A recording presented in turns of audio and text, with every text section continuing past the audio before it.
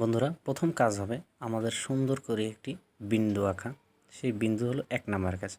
বিন্দু থেকে সোজা করে আমাদের উপরের যে একটি লাইন আছে সেই লাইনে নিব, এটা হবে 2 নাম্বার কাজ।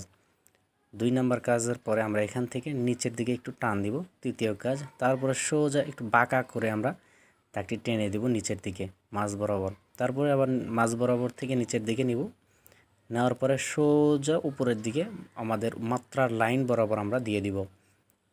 এটা হবে আমাদের 6 নাম্বার কাজ।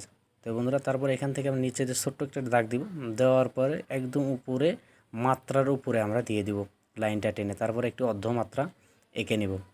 তো বন্ধুরা, এটা হলো 8 নাম্বার। তো আপনি যদি এই 8টি টিপস ফলো করেন তাহলে অবশ্যই আপনি সুন্দর করে রি বর্ণটি লিখতে পারবেন অনায়াসে ইনশাআল্লাহ।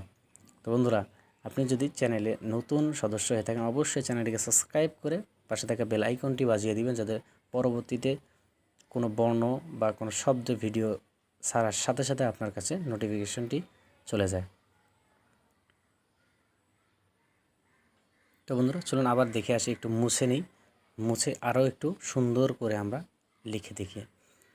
প্রথমে একটু বিন্দু দিব, বিন্দু দেওয়ার পরে বাঁকা করে ভাঁজটি উপরে নিব, উপর থেকে আবার একটু বাঁকা করে নিচের দিকে নিব, তারপরে একবার বাঁকা করে মাঝ বরাবর লাইনটাতে নিব, নেওয়ার পরে এখান থেকে একদম নিচে নিব, নেওয়ার পরে সোজা উপরের দিকে উঠায় দিব চকটি। আবার সেই দাগটি থেকে নিচে একটু দাগ টেনে নেব, তারপরে একদম মাত্রার উপর পর্যন্ত আমরা দাগ টেনে নেব, তারপরে অর্ধমাত্রা দিয়ে দিব। তো বন্ধুরা, দেখতে পাচ্ছেন আমাদের রি বর্ণটি কত সুন্দর হয়েছে। আপনি যদি এটা প্রতিদিন চর্চা করেন তাহলে অবশ্যই এর থেকে আর ভালো হবে ইনশাআল্লাহ। আসসালামু আলাইকুম ওয়া রাহমাতুল্লাহ।